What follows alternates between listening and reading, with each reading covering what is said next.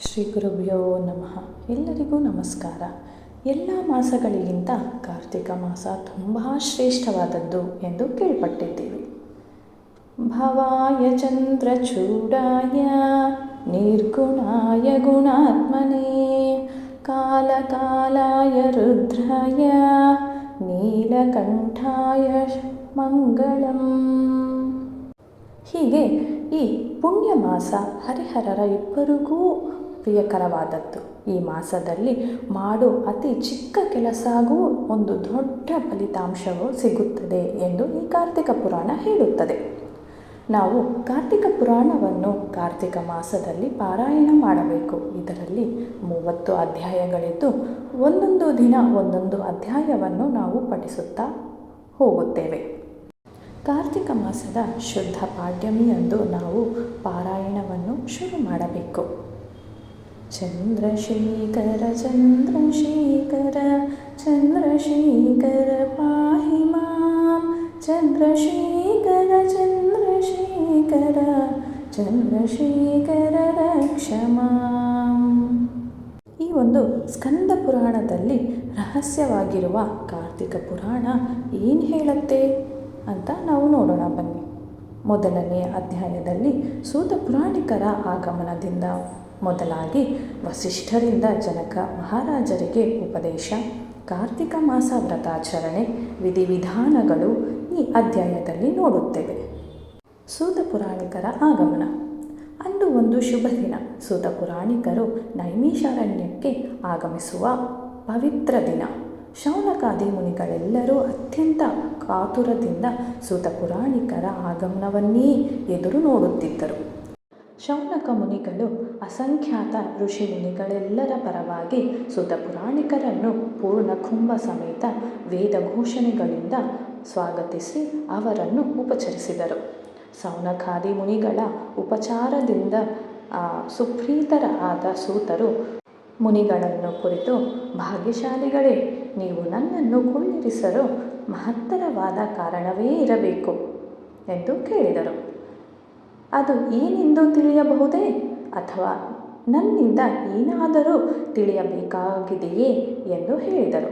ಅಲ್ಲಿ ನೆರೆದಿದ್ದ ಋಷಿಪುಂಗವರ ಪರವಾಗಿ ಶೌನಕ ಮುನಿಗಳು ಸೂತ ಪುರಾಣಿಕರನ್ನು ಕುರಿತು, ಮಹಾನುಭಾವರೇ, ಇದುವರೆಗೂ ತಮ್ಮಿಂದ ಅನೇಕ ಪುಣ್ಯ ಕಥೆಗಳು, ಪವಿತ್ರ ಪುರಾಣಗಳು ಕೇಳಿ ಧನ್ಯರಾಗಿದ್ದೀವಿ. ಇದೀಗ ಮಹಾಮಹಿಮಾನ್ವಿತವಾದ ಕಾರ್ತಿಕ ಪುರಾಣವನ್ನು ತಮ್ಮಿಂದ ಕೇಳಬೇಕೆಂದು ಉತ್ಸುಕರಾಗಿದ್ದೇವೆ. ದಯವಿಟ್ಟು ಆ ಪುರಾಣವನ್ನು ನಮಗೆ ಹೇಳುವ ಕೃಪೆ ಮಾಡಬೇಕು ಎನ್ನಲಾಗಿ ಸೂತ ಪುರಾಣಿಕರು ಸುಪ್ರೀತರಾಗಿ, ಮುನಿಗಳೇ, ನಾವು ಕಾರ್ತಿಕ ಪುರಾಣವನ್ನು ಕೇಳಬೇಕೆಂಬ ನಿಮ್ಮ ಹಂಬಲ ಮೆಚ್ಚತಕ್ಕದ್ದು. ಪವಿತ್ರವಾದ ಕಾರ್ತಿಕ ಪುರಾಣವನ್ನು ನಿಮಗೆ ಹೇಳುವ ನಾನು ಧನ್ಯನು. ಅದನ್ನು ಕೇಳುವ ನೀವೂ ಸಹ ಧನ್ಯರು.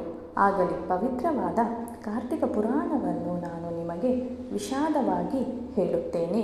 ಶಾಂತಿಯಿಂದ ಆಸೀನರಾಗಿ ಧನ್ಯರಾಗಿರಿ ಎಂದು ಹೇಳಿದರು. ಒಂದು ಶುಭ ದಿನ ಕಾರ್ತಿಕ ಪುರಾಣ ಶ್ರವಣವನ್ನು ಪ್ರಾರಂಭಿಸಿದರು. ಎಲೆ ಋಷಿಮುನಿಗಳಿರ, ಈ ಕಾರ್ತಿಕ ಪುರಾಣವನ್ನು ಈ ಹಿಂದೆ ಬ್ರಹ್ಮದೇವನು ನಾರದ ಮಹರ್ಷಿಗೂ ಪರಶಿವನು ಪಾರ್ವತಿಗೂ ಬೋಧಿಸಿದ್ದುಂಟು. ಇದೀಗ ನಾನು ನಿಮಗೆ ಪರಮ ಪವಿತ್ರವಾದ ಕಾರ್ತಿಕ ಮಹಾತ್ಮೆಯನ್ನು ಸಾಧ್ಯಂತವಾಗಿ ಹೇಳುತ್ತೇನೆ. ನೀವೆಲ್ಲರೂ ಶ್ರದ್ಧಾಭಕ್ತಿಯಿಂದ ಆಲಿಸಿ ಧನ್ಯರಾಗರಿ ಎಂದು ಹೇಳಲಾರಂಭಿಸಿದರು. ಚಂದ್ರಶೇಖರ ಚಂದ್ರಶೇಖರ ಚಂದ್ರಶೇಖರ ಪಾಹಿ ಮಾಂ ಚಂದ್ರಶೇಖರ ಚಂದ್ರಶೇಖರ ಚಂದ್ರಶೇಖರ ರಕ್ಷ ಮಾಂ. ವಸಿಷ್ಠರಿಂದ ಜನಕ ಮಹಾರಾಜರಿಗೆ ಉಪದೇಶ.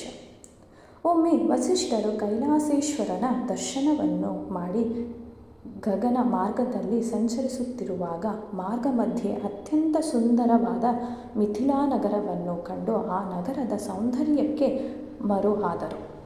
ಮಿಥಿಲಾ ನಗರಾಧೀಶನಾದ ಜನಕರಾಜನ ದರ್ಶನ ಅಪೇಕ್ಷೆಯಿಂದ ಮಿಥಿಲಾ ನಗರವನ್ನು ಪ್ರವೇಶಿಸಿದರು. ಮಹಾತಪಸ್ವಿಗಳಾದ ವಸಿಷ್ಠ ಮುನಿಗಳು ಜನಕ ಮಹಾರಾಜನ ಆಸ್ಥಾನವನ್ನು ಪ್ರವೇಶಿಸಿದಾಗ ಸಭಿಕರಿಗೆಲ್ಲ ತುಂಬ ಸಂತೋಷವಾಯಿತು. ಜನಕರಾಜನಿಗಂತೂ ಭಾಗ್ಯೋದಯವಾಯಿತು. ಜನಕರಾಜನು ಸಡಗರದಿಂದ ತನ್ನ ಸಿಂಹಾಸನ ಬಿಟ್ಟೆದ್ದು ವಸಿಷ್ಠರನ್ನು ಸಿಂಹಾಸನದ ಮೇಲೆ ಕೂರಿಸಿ ಅವರ ಪಾದಕ್ಕೆ ಮಣಿದನು. ವಸಿಷ್ಠರಿಗೆ ರಾಜೋಪಚಾರ ಮಾಡಿದರು. ನಂತರ ಜನಕರಾಜರು ವಸಿಷ್ಠರನ್ನು ಕುರಿತು, ಮಹಾನುಭಾವ, ತಮ್ಮ ಆಗಮನದಿಂದ ಮಿಥಿಲಾ ನಗರ ಇಂದು ಧನ್ಯವಾಯಿತು. ಇನ್ನು ತಾವು ಇಲ್ಲಿಗೆ ಯಾವುದಾದರೂ ಉದ್ದೇಶದಿಂದ ಬಂದಿದ್ದರೆ ಆಜ್ಞಾಪಿಸಿ, ನಾವು ಶಿರಸಾವಹಿಸಿ ನಡೆಸಿಕೊಡುತ್ತೇವೆ ಎಂದರು. ಸುಪ್ರೀತರಾದ ವಸಿಷ್ಠ ಮಹಾಮುನಿಗಳು ಜನಕರಾಜನ ನಯ ವಿನಯದಿಂದ ಆನಂದ ಭರಿತರಾದರು. ಅಯ್ಯ ಜನಕರಾಜನೇ, ನಿನ್ನ ನಯವಿನಯವು ನಿನ್ನ ರಾಜ್ಯಾಧಿಕಾರವೆಂಬ ಸುವರ್ಣ ಪುಷ್ಪಕ್ಕೆ ಸುವಾಸನೆ ನೀಡಿದಂತಾಗಿದೆ. ನೀನು ಕೇವಲ ರಾಜ ಮಾತ್ರನಾಗಿರದೆ ರಾಜರ್ಷಿಯೂ ಆಗಿದ್ದೀಯ. ಕೆಸರಿನಲ್ಲಿದ್ದ ಕಮಲದಂತೆ ರಾರಾಜಿಸುತ್ತಿದ್ದೀಯ. ನಿನ್ನಂತಹ ರಾಜರ್ಷಿ ಪ್ರಭುವನ್ನು ಪಡೆದ ಮಿಥಿಲಾನಗರದ ಪ್ರಜೆಗಳು ಧನ್ಯರು. ನಾವು ಕೈಲಾಸೇಶ್ವರನ ದರ್ಶನ ಮಾಡಿ ನೇರ ನಿಮ್ಮಲ್ಲಿಗೆ ಬಂದೆವು. ನಿನ್ನ ರಾಜ್ಯದಲ್ಲಿ ಯಜ್ಞ ಯಾಗಾದಿಗಳು ನಿರ್ವಿಘ್ನವಾಗಿ ನಡೆಯಲಿ. ಮುಂಬರುವ ಕಾರ್ತಿಕ ಮಾಸದಲ್ಲಿ ಕಾರ್ತಿಕ ಮಾಸದ ವ್ರತ ಪೂಜಾದಿಗಳನ್ನು ನಿನ್ನ ಪ್ರಜೆಗಳು ಆಚರಿಸಿ ಧನ್ಯರಾಗಲಿ ಎಂಬುದಷ್ಟೇ ನಮ್ಮ ಆದೇಶ ಎಂದರು. ವಸಿಷ್ಠರ ಆದೇಶವನ್ನು ಭಕ್ತಿಯಿಂದ ಪಾಲಿಸಿ ನಂತರ ವಸಿಷ್ಠರನ್ನು ಕುರಿತು, ಮಹಾನುಭಾವರೇ, ಕಾರ್ತಿಕ ಮಾಸದ ವ್ರತಾಚರಣೆಯ ಬಗ್ಗೆ ಬಹಳ ಕೇಳಿದ್ದೇನೆ. ಆ ವ್ರತಾಚರಣೆಯ ವಿಧಿವಿಧಾನಗಳು ಹಾಗೂ ಆ ವ್ರತಾಚರಣೆಯಿಂದ ಮಾನವರಿಗೆ ಲಭ್ಯವಾಗುವ ಫಲಾದಿಗಳನ್ನು ದಯವಿಟ್ಟು ವಿವರಿಸಿ ಹೇಳಬೇಕೆಂದು ಪ್ರಾರ್ಥಿಸಿದರು. ಜನಕ ಮಹಾರಾಜನ ಪ್ರಾರ್ಥನೆಯಿಂದ ತುಂಬ ಸಂತೋಷ ಪಟ್ಟ ವಸಿಷ್ಠರು, ಅಯ್ಯ ಜನಕರಾಜನೇ, ನೀನು ಯಾವಾಗ ಕಾರ್ತಿಕ ವ್ರತದ ವಿಧಿವಿಧಾನಗಳನ್ನು ಅರಿಯಬೇಕೆಂದು ಅಪೇಕ್ಷೆ ಪಟ್ಟೆಯೋ ಆಗಲೇ ಆ ವ್ರತದ ಫಲ ಅರ್ಧಭಾಗ ನಿನಗೆ ಸೇರಿದಂತಾಯಿತು. ಶ್ರದ್ಧಾವಾನ್ ಲಭ್ಯತೆ ಜ್ಞಾನಂ ಎಂದು ಕೇಳಿಲ್ಲವೇ? ಆಗಲಿ, ಪವಿತ್ರವಾದ ಕಾರ್ತಿಕ ಮಾಸದ ವ್ರತಾಚರಣೆಯನ್ನು ನಿನಗೆ ಉಪದೇಶಿಸುತ್ತೇನೆ. ನೀನು ಹಾಗೂ ನಿನ್ನ ಪ್ರಜೆಗಳು ಅದರಂತೆ ಆಚರಿಸಿ ಧನ್ಯತೆ ಪಡೆಯಿರಿ. ಎಲ್ಲರೂ ಶಾಂತಿ ರೀತಿಯಿಂದ ಆಲಿಸಿರಿ ಎಂದು ವಸಿಷ್ಠರು ಕಾರ್ತಿಕ ಮಾಸ ವ್ರತಾಚರಣೆ ಕ್ರಮವನ್ನು ಹೇಳಲಾರಂಭಿಸಿದರು. ಚಂದ್ರಶೇಖರ ಚಂದ್ರಶೇಖರ ಚಂದ್ರಶೇಖರ ಪಾಹಿ ಮಾಂ, ಚಂದ್ರಶೇಖರ ಚಂದ್ರಶೇಖರ ಚಂದ್ರಶೇಖರ ರಕ್ಷ ಮಾಂ. ಕಾರ್ತಿಕ ಮಾಸ ವ್ರತಾಚರಣೆಯ ವಿಧಿವಿಧಾನಗಳು. ಕಾರ್ತಿಕ ಮಾಸವನ್ನು ದೀಪಮಾಲೆಗಳ ಮಾಸವೆಂಬುದು ಆರ್ಯಮುನಿಗಳ ಸಿದ್ಧಾಂತ. ಈ ಮಾಸವು ಪ್ರತಿ ವರ್ಷ ಕಾರ್ತಿಕ ಶುಕ್ಲ ಪಾಡ್ಯಮಿಯಿಂದ ಪ್ರಾರಂಭವಾಗಿ ಈ ಮಾಸದಲ್ಲಿ ಬರುವ 2 ಪಕ್ಷಗಳೂ ಸಹ ಅತ್ಯಂತ ಪವಿತ್ರವಾದ ದಿನಗಳಾಗಿವೆ. ಕಾರ್ತಿಕ ಮಾಸದ ಪ್ರಥಮ ದಿನವೇ ಬಲಿಚಕ್ರವರ್ತಿಗೆ ಮೋಕ್ಷವಾದ ದಿನವಾಗಿದೆ. ಅಂದು ಉದಯ ಕಾಲದಲ್ಲಿ ಸೂರ್ಯನು ತುಲಾರಾಶಿಯಲ್ಲಿ ಇರುವ ಪವಿತ್ರ ಘಳಿಗೆಯಲ್ಲಿ 7 ನದಿಗಳ ಪೈಕಿ ಯಾವುದಾದರೂ ಒಂದು ನದಿಯ ಸ್ನಾನ ಬಹು ಪುಣ್ಯಪ್ರದವಾಗಿದೆ. ಒಂದು ವೇಳೆ ಸಮುದ್ರ ಸ್ನಾನವಾದರೂ ಸಹ ಪುಣ್ಯದಾಯಕವೇ ಆಗಿದೆ. ಕಾರ್ತಿಕ ವ್ರತಾಚರಣೆಗೆ ಪೂರ್ವಭಾಗಿಯಾಗಿ ಈ ಮಾಸದ ಅಧಿದೇವತೆಗೆ ನಮಸ್ಕರಿಸಿ ನಂತರ ಪ್ರಾರಂಭ ಮಾಡಿದರೆ ವ್ರತವು ಅತ್ಯಂತ ಶುಭದಾಯಕವಾಗಿ ಕೊನೆಗೊಳ್ಳುತ್ತದೆ. ಇಂತಹ ಪವಿತ್ರ ದಿನದಂದು ಎಲ್ಲ 7 ನದಿಗಳು ಮಹಿಮಾಪೂರಿತವಾಗಿರುತ್ತವೆ. ಅಂತಹ ದಿನಗಳಲ್ಲಿ ಸ್ನಾನವು ಪರಮ ಪುಣ್ಯದಾಯಕವಾಗಿದೆ. ಸ್ನಾನ ಮಾಡುವ ವ್ರತಸ್ಥರು ನದಿಯ ಮಧ್ಯಭಾಗಕ್ಕೆ ನಿಂತು ದಿನಕರನಿಗೆ ಅಭಿಮುಖವಾಗಿ ನಿಂತು ತಲೆಯ ಮೇಲೆ ಗಂಗಾತೀರ್ಥವನ್ನು ಪ್ರೋಕ್ಷಿಸಬೇಕು. ನಂತರ ಸ್ನಾನ ಮಾಡಿ ಶುದ್ಧೋದಕವನ್ನು ದಿನಕರನಿಗೆ ಅರ್ಘ್ಯ ಬಿಡಬೇಕು. ಬಳಿಕ ಋಷಿಗಳಿಗೆ, ಅಷ್ಟದಿಕ್ಪಾಲಕರಿಗೆ ಮತ್ತು ಪಿತೃದೇವತೆಗಳಿಗೆ ತರ್ಪಣವನ್ನು ಬಿಡಬೇಕು. ನಂತರ ತಾವು ಇಳಿದ ಸೋಪಾನವನ್ನು ನೀರಿನಿಂದ ಶುದ್ಧಗೊಳಿಸಿ ನದಿಯಿಂದ ಮೇಲೆ ಬರಬೇಕು. ಸ್ನಾನ ಮಾಡುವಾಗ 7 ನದಿ ತೀರ್ಥಗಳ ಶ್ಲೋಕವನ್ನು 7 ಬಾರಿ ಉಚ್ಚರಿಸುವುದುಂಟು.